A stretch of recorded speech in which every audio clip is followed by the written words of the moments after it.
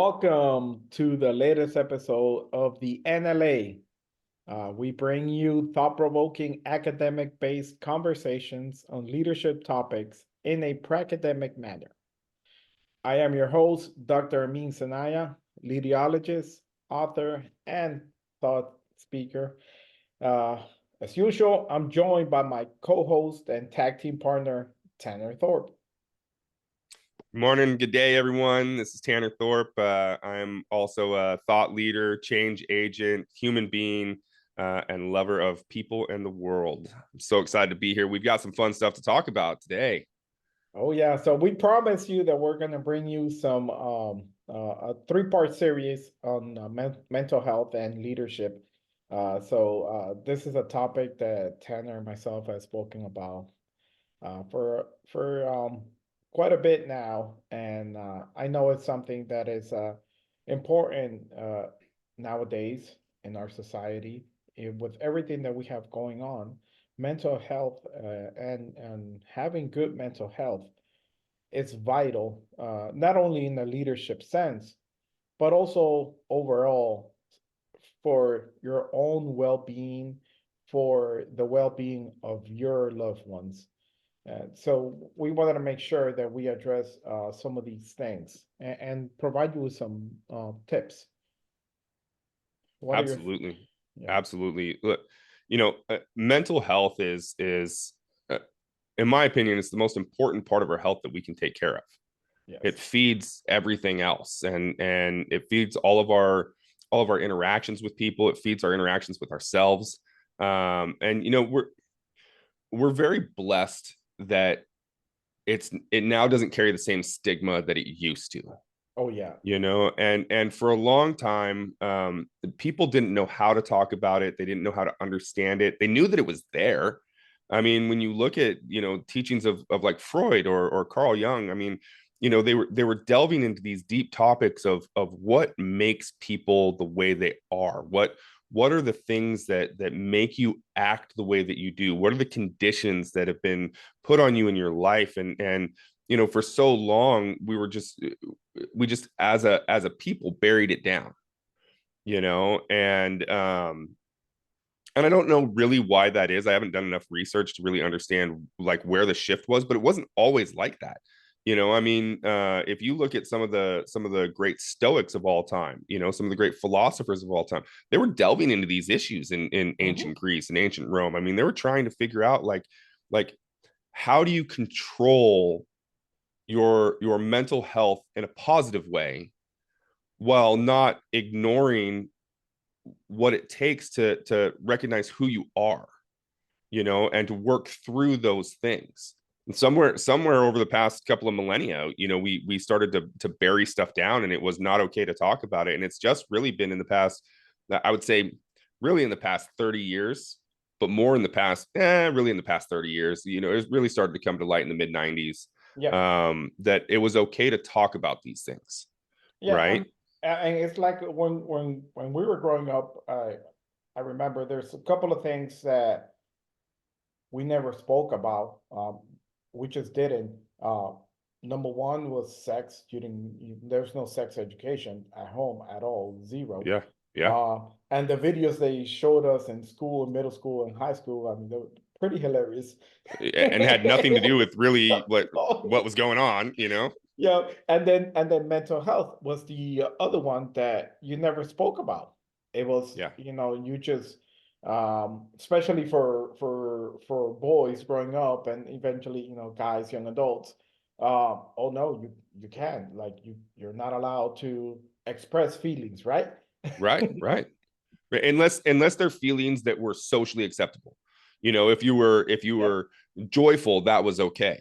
Yeah. But if you were sad and struggling with it, and you couldn't really quite put a finger on it, well, you better not talk about that. You better bury that down, and look at how that manifested, when we look at social constructs in schools now, versus to what it was like when you and I were coming up. I mean, the kids that were, I would argue that almost every kid was struggling in school, but the ones that were vocal about it or were presenting that they were struggling with certain things, they were the ones that were ostracized. Yep. Absolutely. Yeah, we make fun of anything just to make sure that you're not able to share those feelings. Yeah. So going into our agenda today, one of the things that I wanted us to start with, and we've touched upon some of it already, is understanding social determinants of mental health. So let's start by defining what we mean by social determinants of mental health. When I look at that, it's, and doing a little bit of research just to make sure that I wasn't off topic, it speaks to the conditions in which people are born, the Oh conditions yeah. that, and the conditions they grew up, work, life, age, a wider set of forces and systems shaping the conditions of everyday life. Hmm. A lot of these have to do with social norms, which we just mentioned, social policies, economic policies. Yep. That's a big determinant there. Um, so as we go into some of these factors, I'll just bring one up. So, for example, economic stability or the lack thereof, and Hmm. I can, through my personal story, I can tell you, growing, I was born in Dominican Republic, and we were very well off there. Uh, Unfortunately, we were not able to stay in our country, so we got shipped off, and we went to New York City, and we ended up in a situation. My dad became disabled for life, and it was a struggle, man.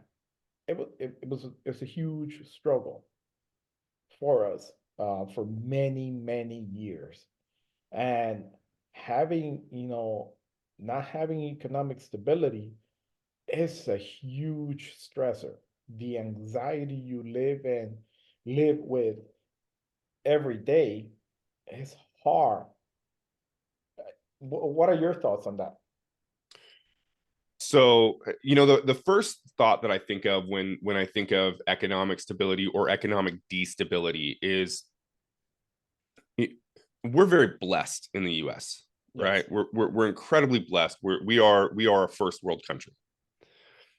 And I believe to a certain extent that hurts us in ways that we don't really quantify and we don't really speak about still. Hmm. The fact that we have everything at our fingertips gives us, or we have the advantage to have everything at our fingertips, gives us this sense of lack, Hmm. this an anxiety, a depression, a feeling of loss and hopelessness that we don't have what we perceive we should have. Yes. And so I'm going to share two things. So one, living in Seattle for a number of years, there's a radio station up there that's called KEXP, and KEXP is completely crowdfunded. It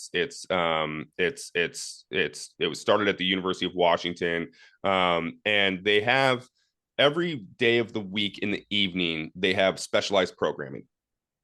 And my favorite show that was ever on there was a show called Best Ambiance. And Best Ambiance was it was a 3 hour program. It was on Monday nights. Unfortunately, it's not on anymore. The guy who hosted it, John Kurtz, moved to Toronto, I believe. But it was music of Africa. Okay. And what I loved about it was that the music it always felt so happy. It felt so joyous.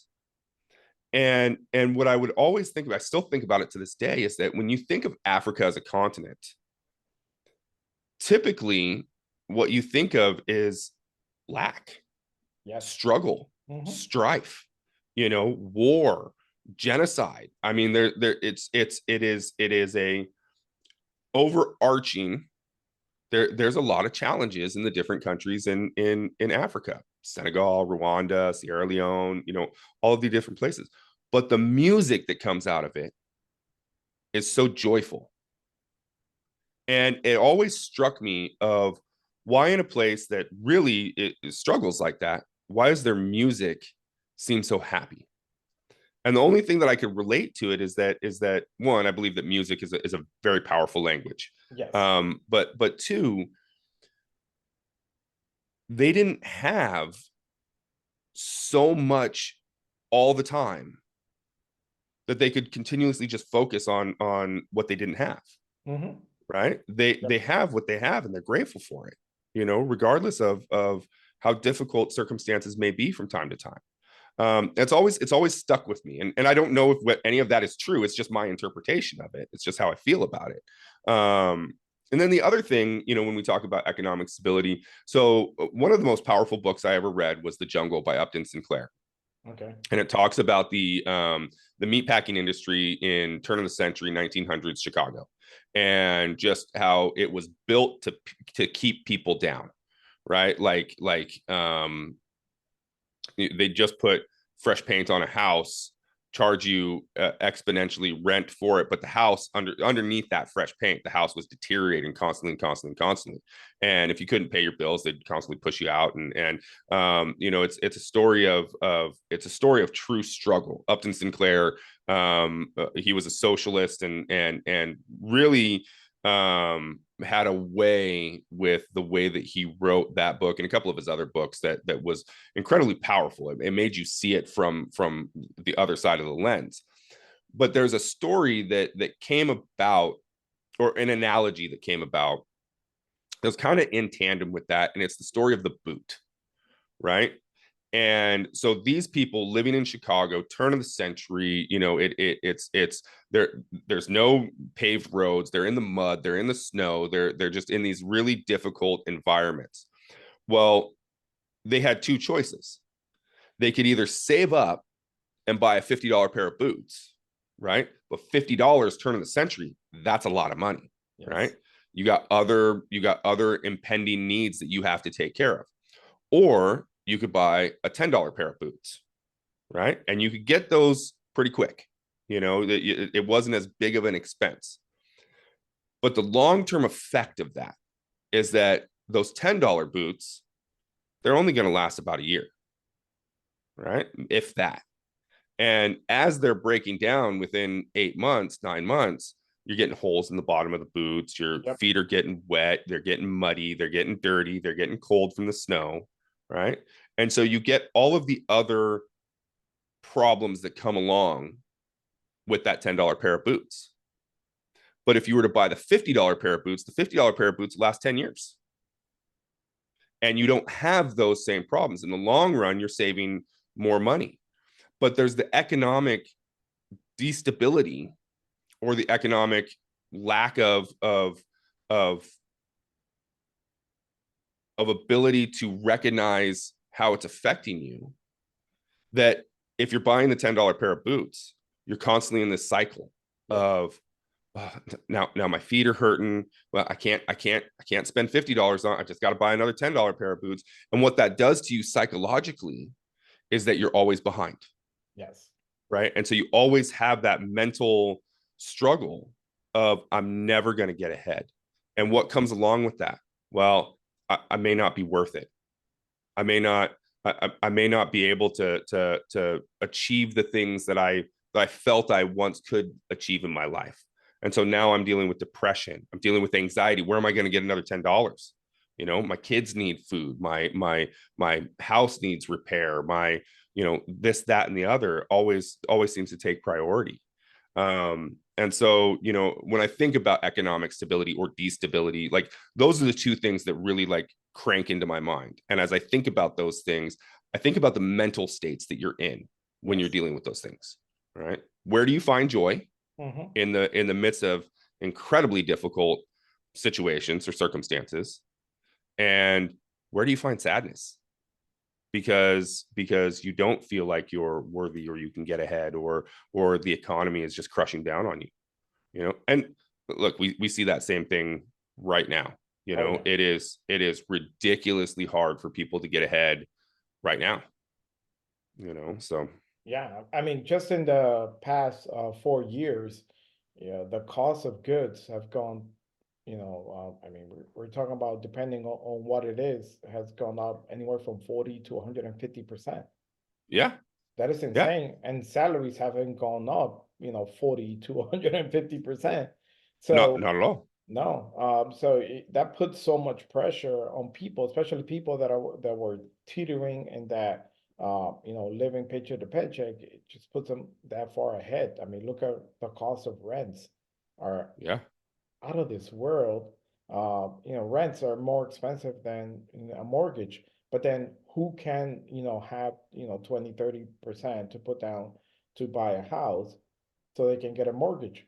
So yeah, I Uh, mean, you're squeezed. Yeah, and even if you do have 20-30%, the housing market's so tight right now that you're paying above market value for the houses. There's I don't know where these individuals are coming from, but there's plenty of people that are willing to make cash offers, Yep. that can outbid you and pay all in cash. Like there, there's there's something wrong Yes. in that, I, and how does that affect you mentally? yeah, and that is that the pressure that puts on, especially if you have a family, and then you add to that being in a leadership position that already brings a set of stressors and responsibilities.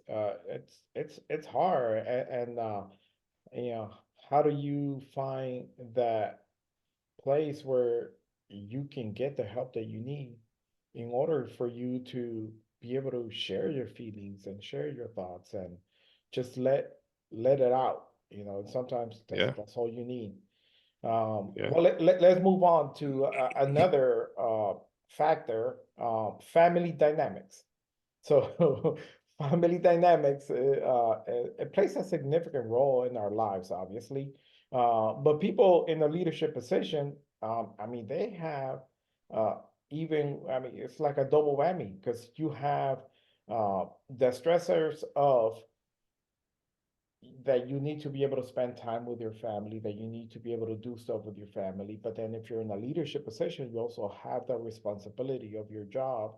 And I mean, let's be real. If you're in a leadership position, you're not working 40 hours a week. I mean, that's yeah. just not reality. But how do you find uh, I would say a happy medium, or yeah, in some weeks you're gonna work a little bit more, but then in some other weeks, you get something back, and you can spend a little bit more time with your family. But being able to balance the responsibilities with the responsibilities of home with the demands of the leadership role can be very overwhelming, and Absolutely. and really challenging for your mental health. And I'll let you go first, and then I'll tell you a little bit about my story. Yeah, so I think for many, many, many years of my life, I equated long hours with being productive. Yes, which is And not right. it's not. It's absolutely not. It's absolutely not. And we talk about family dynamics. I was raised by somebody that was hardly home, and so he was a pillar in my life. It is a pillar in my life. Um, but that's what I learned was that you get up early, you go to work, you spend all day at work, you come home, you maybe have some dinner with your family if you get home early enough, and then you go to bed and you get up and you do it again. And my mom, God bless her, she had the freedom to be a stay at home mom. So she was able to make sure that my brothers were involved in the things that they wanted to be involved in, and that there was a parental unit at home. But for me, I grew up thinking that you had to same thing. You have to wake up early. You have to go to work. You have to spend all day at work, and when you get home, you're dog tired, and you don't really have the mental capacity to engage with your family. And I think it's one of the most unhealthy things that you can do. So I encourage leaders to be intentional about their family time. Yes. What stuff can be done, you know, uh, off the clock? You know what? One of the best things that I read recently, and I forget the company that does it, that really encourages it. It might be Apple, but the idea is that they don't care the hours that you work as long as the work gets done. And so what they encourage is that you kind of split up your day. You know that maybe you come in at 6 o'clock in the morning and you work until noon, and then you leave at noon for a couple hours to go to your kid's recital or go to the gym or go spend time with your spouse or go do the things that are important to you during the hours that they're available, and then maybe you come back at 7 o'clock at night and work a couple more hours. Hmm. And it's such a unique concept. Like, not everybody can do that, right? Obviously we Sure. have jobs that require you to be in the business. Hmm. But if you can do something like that, I would look at those types of options. The other thing is for me, for a long time working those types of hours, when I got home, I wasn't intentional about the time that I was spending with my family. So I would get home and work would always take precedence, right? So I get home and I'd start getting a bunch of emails, or I'd start getting phone calls. Well, of course, I'm going to take those phone calls. Of course, I'm going to answer those emails. Those emails can wait, unless the business is burning down, you can address it the next morning. And it's interesting. I was having a conversation with two colleagues yesterday, and we were talking about one colleague says that when he gets home, his phone, he goes and puts his phone in his office, and he doesn't look at it for the rest of the night. He doesn't touch his phone until he wakes up the next morning. And the other colleague said, "What do you mean? Like, what if you get emails from the boss? What if you get a text message from the boss? You don't answer that?" And he looked at him, and I mean, he was incredulous about how he looked at it. He said, "Are you kidding me? Uh, I spend so many hours here at work doing what the boss requires of me that when I get home, I'm spending time with my family." And to see the two varying viewpoints of it, like the other colleague, he couldn't imagine not answering an email or not answering a text message. Hmm.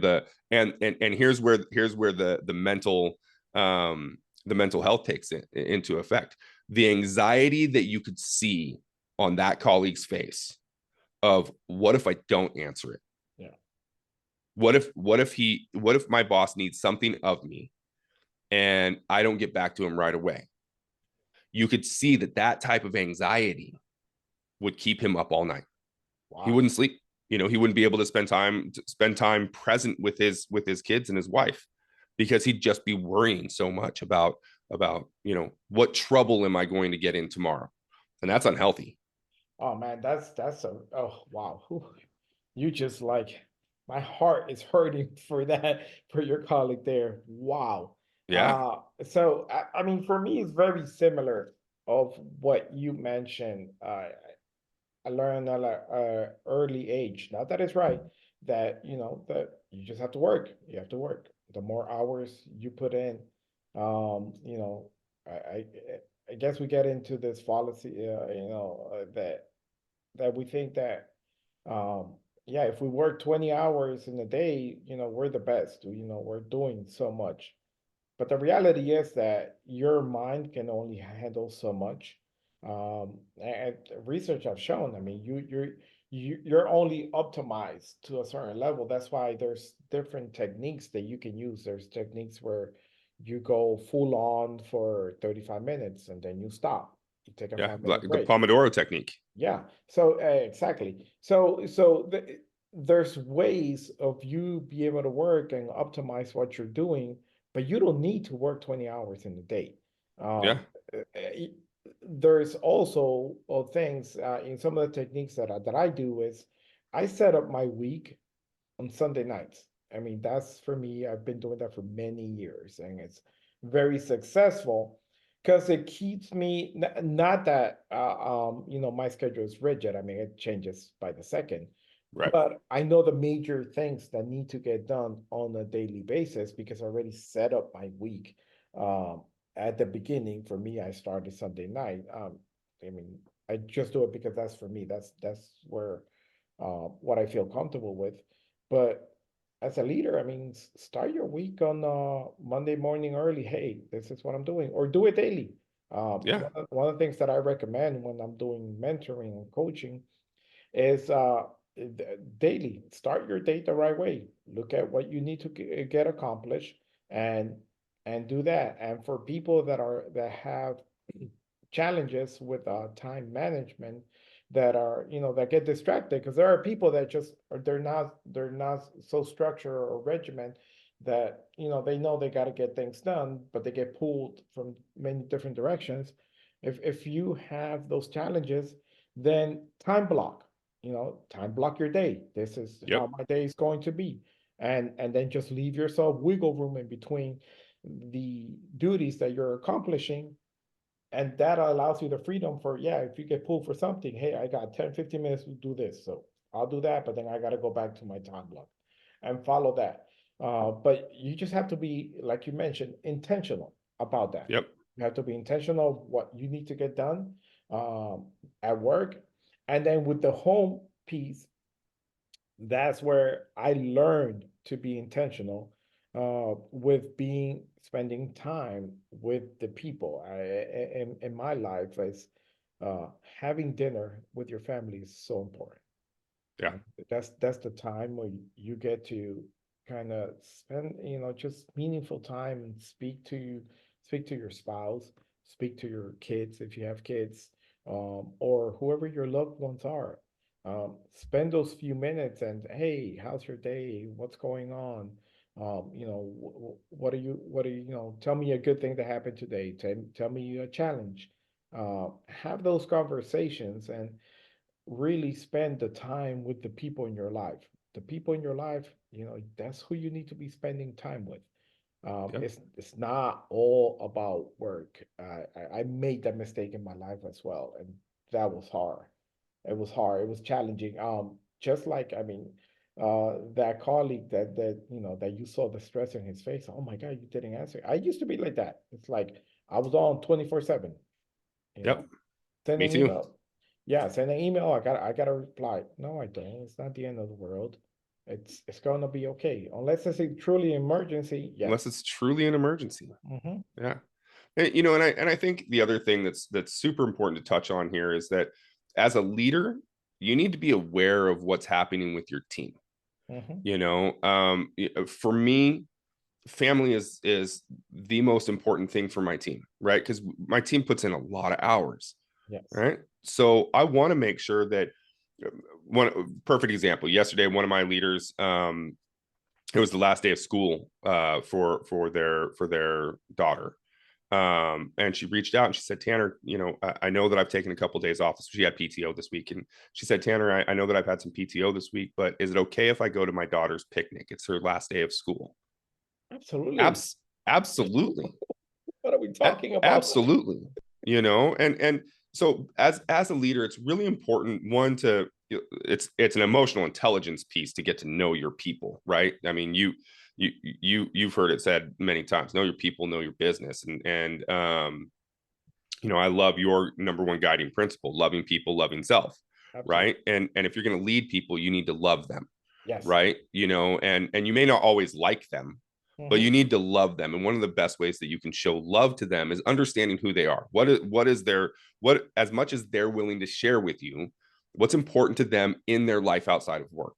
And Yes. then making sure that you're giving opportunities for them to have time for those things.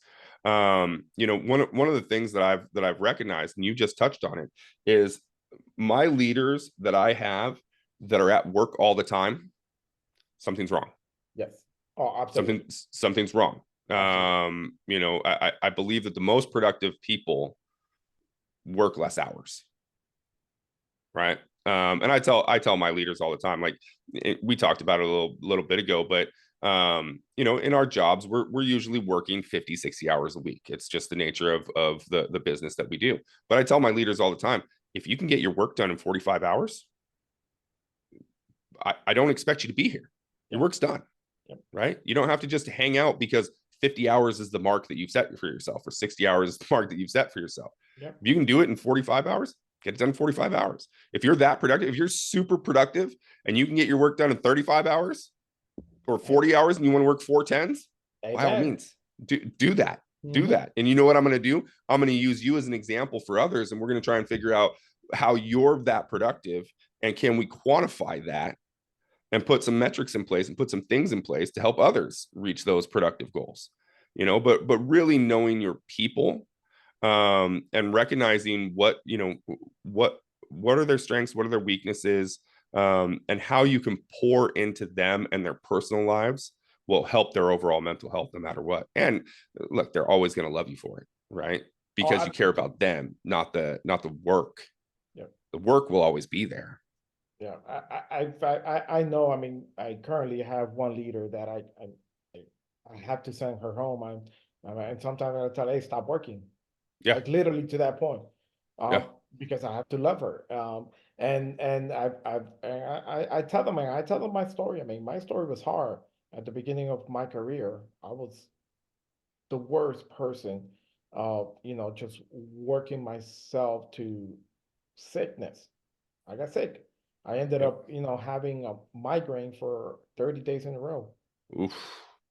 in the hospital. They couldn't figure out what was wrong with me, but it's to that level, and that's not healthy. And for what? I mean, what did that get me? Did I get a trophy or something? Like, what Yeah, was the point of that? There was yeah.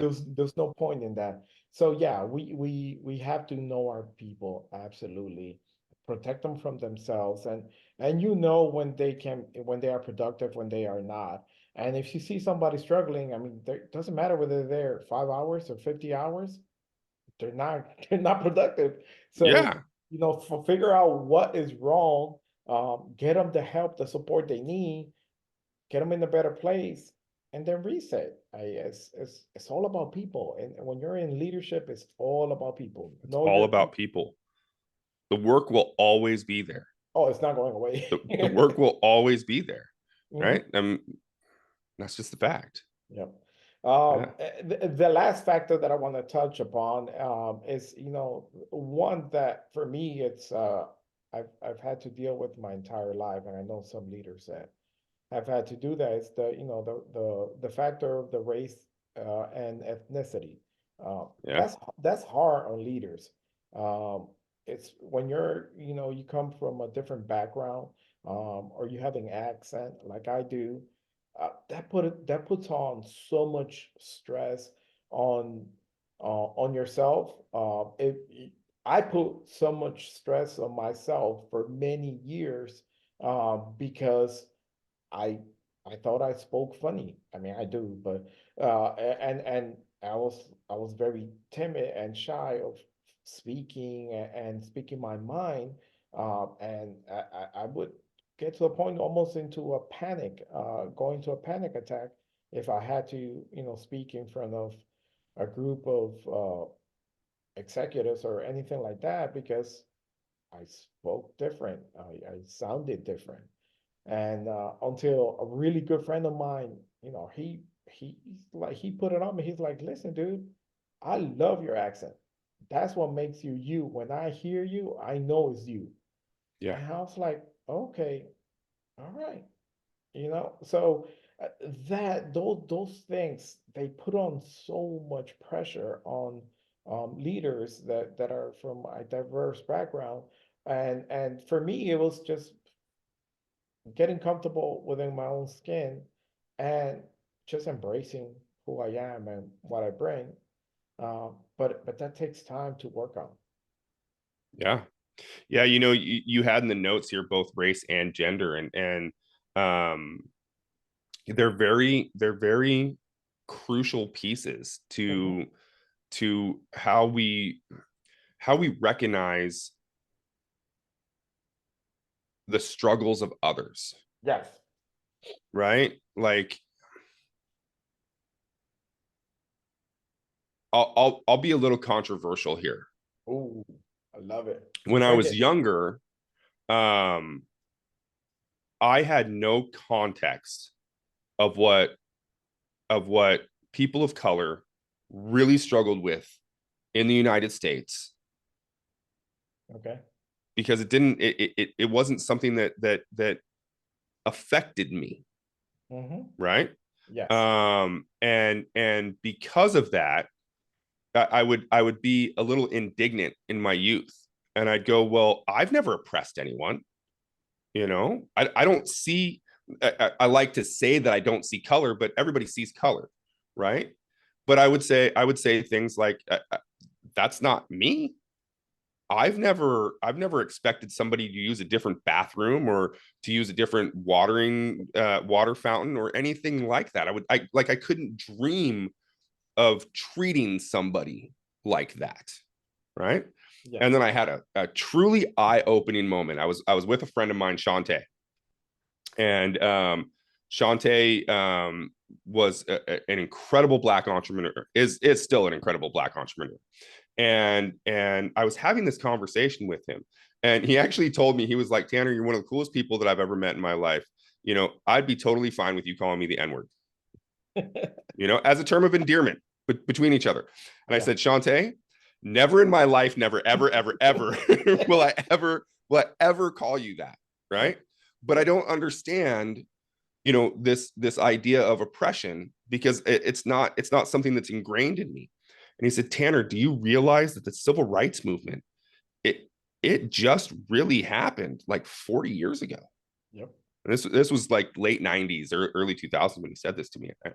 And it hit me like a ton of bricks, right? Because in my mind, I was thinking of this deep past history thing that was so far ago.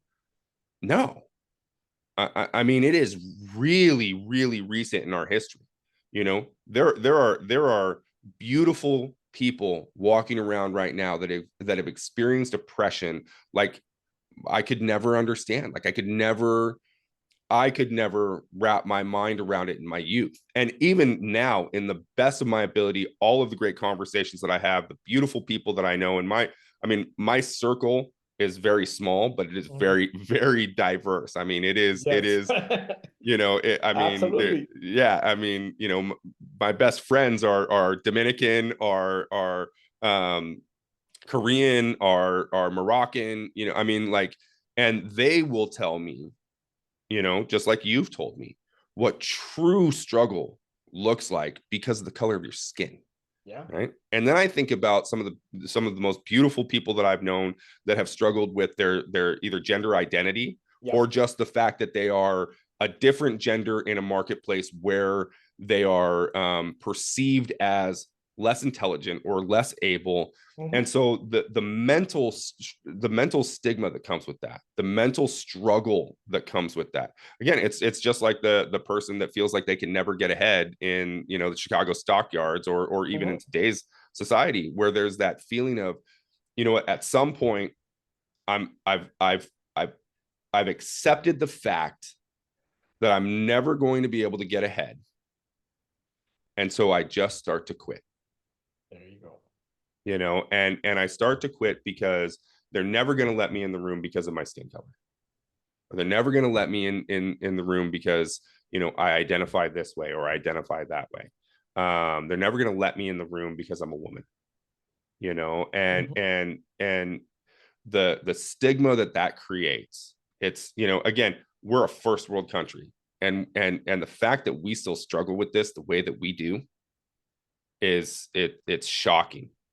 So again, as leaders, it's so important for us to get to know the person, Yes.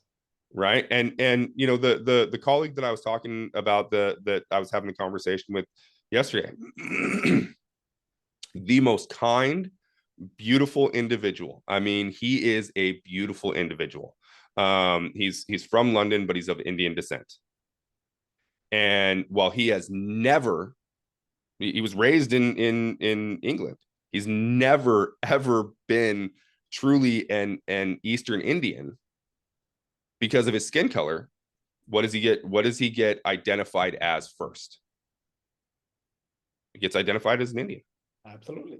And in that, he's not always given the same platform that he should be. Incredibly intelligent, driven, focused, wonderful human being, but because of the color of his skin, He gets a different approach at times, and it's humbling to me, as somebody who hasn't had to deal with it.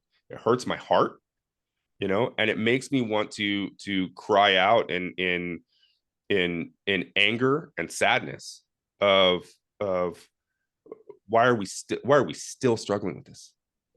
Yeah. And we always will. Oh, absolutely. We always will. Society always will place importance on one thing over another, and it may not always be skin color, but it'll definitely, I mean, that's how humans are built, right?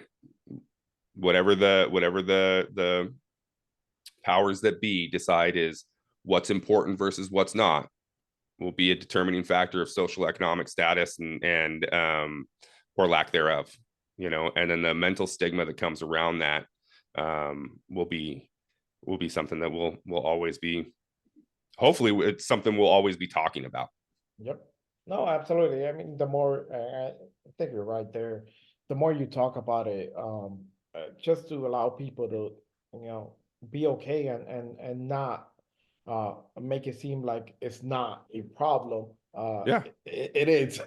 Yeah, it is. All right. I have so much to say on that, but we'll move on because we're already into like 40 something minutes. Let's How'd we get there? I have no idea. Let's get into our questions here that are towards the end. The first one is how do economic instability and family dynamics influence the mental health of leaders differently than their teams? So leaders want to own the problem, right? Leaders are protectors. Mm-hmm. True leaders are protectors. They want to guide and grow and protect their teams. And so, I think that when we talk about socioeconomic status and we talk about, family dynamics, we're talking about the things that we've been talking about this entire program, and as a leader, you feel like you have to own them a little bit more. And I think what's more important is, as a leader, are you walking the talk?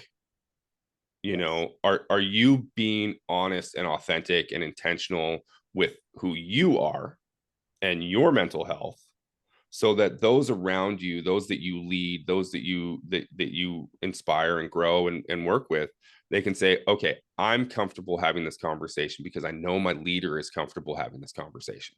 Yes. I think those, that's really where it's at. I mean, I'm very, very open with my team. If I'm struggling with something, sometimes I don't even know what I'm struggling with, right? I just know that there's something going on. Yes. If I recognize that's happening for a day or two, I'll let my team know, I don't know what it is, but I'm working through something right now. Just that conversation lets them know, okay, one, if Tanner's acting a little off, it's not, they don't internalize it and take it personally. Yep. But two, that it's okay to say, I'm not okay right now. Right. I'm working through something. And then the other thing is, I live in Tulsa, Oklahoma. I have two young boys that live up in Seattle, Washington. They're 12 and 7. It is the greatest struggle, the biggest struggle that I have in my life is being away from them, yep. And it manifests itself in all kinds of different ways. If my sons are struggling with something up in Washington, I mean, there's that feeling of, I can't help them yep. from a distance. And all of the mental pressure that comes along with that. Am I failing them as a father? Am I failing as a human being? Am I creating mental issues for them as they grow older, that their father isn't right there to walk through them with that? Again, being open and honest and vulnerable about those things, because family is the most important thing to me. It's the most important part of my life aside from my faith. And so, having those conversations, it makes it okay for my leader to say, hey, it's the last day of school for my daughter. Can I go to her picnic? Right? Because they know that I care about those things. And knowing that I care about those things gives them the ability to say, hey, I care about this part too. Can I do something? Can I be a part of it? And yeah, absolutely you can. Absolutely you can. That's very meaningful, thoughtful from your end. But again, because you experienced that, so you know those feelings, and you know your people, you're able to, allow them that time to, so that I would say, so that they can um, spend, not only spend the time, but then they don't have that pressure on themselves.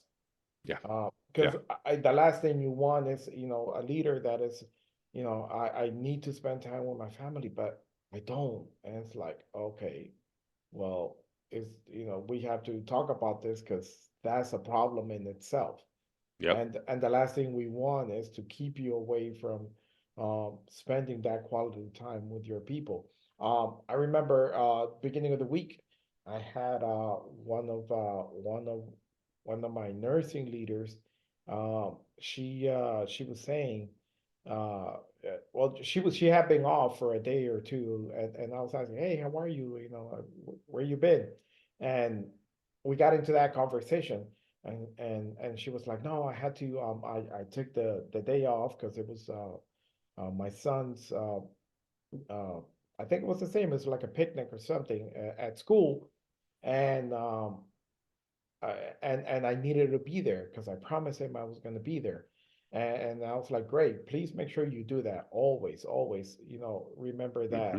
that. We will support you however we can to make sure that you get to spend the time that you need with your kids, because they grow up fast.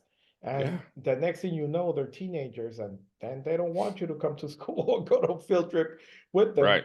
And she started laughing, and she's like, yeah, I mean, last year it was really bad because um I didn't do it. There was a field trip, and I didn't go because I was, we had so much things going on. I didn't feel comfortable in asking for the time off. But then when I got home, my son was like, Mom, every one of my friends had their moms with them, and you Mm. weren't there. Dude, And you don't that get that back. no, man, and that hit like a rock. Oh, I was like, whoa. I was like, please don't ever do that. Right. Like, please don't ever do that. You have to spend the time. Yes, while you're in a leadership position, uh, you have a lot of responsibilities, but then you also have our responsibilities at home as well. And if you're in a workplace or an organization that doesn't value that, you really need to think through if you're working in the right place. Absolutely. Absolutely. And we've talked a lot about being thoughtful leaders, but let's be honest, there's a lot of companies out there, there's a lot of businesses out there that they don't value that. No. And if you're working someplace that doesn't value that, there's plenty of great risks, there are plenty of great businesses out there that do, Yeah. Yeah. and are looking for thoughtful, intentional leaders and team members like you. Yeah. And this is one of the things that I'm very intentional when I'm doing coaching and mentoring, especially young leaders. I tell them, spend the time uh, and really look at what are your values, Mm-hmm. what is important to you, and it takes time, but you need to spend that time, figure that out, put it in writing. Then look at your workplace. Do they have values? Because not Right. every workplace has values. Now, look at your values and the workplace. And if you have some commonalities, you're in the right place. Yeah. If you don't have any commonalities, you're probably not in the right place. And when you start looking for a workplace, make sure that your values align with that workplace. Yep. Because if not, it's not going to work. It's Yeah. just not going to work. Yeah, and let's be honest. And if you're in a leadership role and you're applying at a new company that you feel has the same values as you, and you're in the interview process, you're probably going to go through a couple of interviews, right? Mm-hmm. Those interviews are just as important for you to interview the business as it is for them interviewing you. Yep. Ask the questions that are going to show you, does it really have the culture that you want to be a part of? Do they live their mission and values? Absolutely. One of my favorite questions to ask when I'm in an interview process of with a new company is, what is one you love about the company you work for? If one company,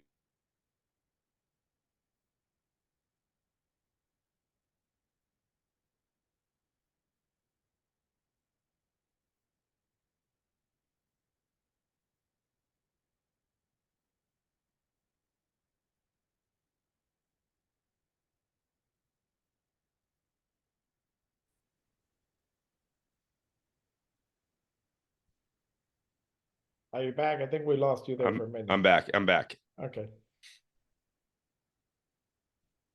So you were saying before it got frozen, you started speaking about, one of the favorite questions you like to ask, Yeah.